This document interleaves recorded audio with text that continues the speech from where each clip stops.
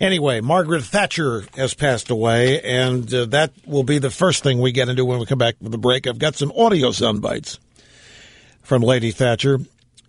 Lady Thatcher, I was very fortunate because of some friends of mine here who knew her. I was often invited to social occasions with her. I must have spent quality time with Lady Thatcher 10 to 15 different occasions, all in the 1990s. And I've regaled you with some of the stories.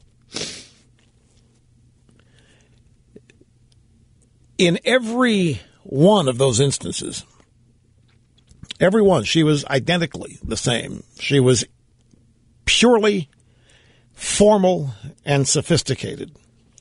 And I don't mean boring and dull and old-fashioned. She carried herself with a dignity and a self-respect and a seriousness that led no one to question who she really was. If you ever had the chance to be around her, you would know that she was in person as you saw her on television. She was committed. She was serious. She was formal. She was a great woman, a great human being. Some people call it a coincidence. I think it's more than that.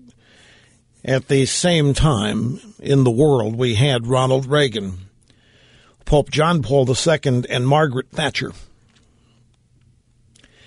And during those years, the only time in my lifetime where the left was actually turned back, not just stopped, but defeated and turned back. The only time in my life. Poland, Berlin, Moscow, United States, wherever, those three leaders on the political stage, the world stage at the same time, did more for freedom and liberty for people all over this world than any three people since the founding of this country. And they all served at the same time, overlapping. And Lady Thatcher's the only one of the three that I met, and I got to know her very well.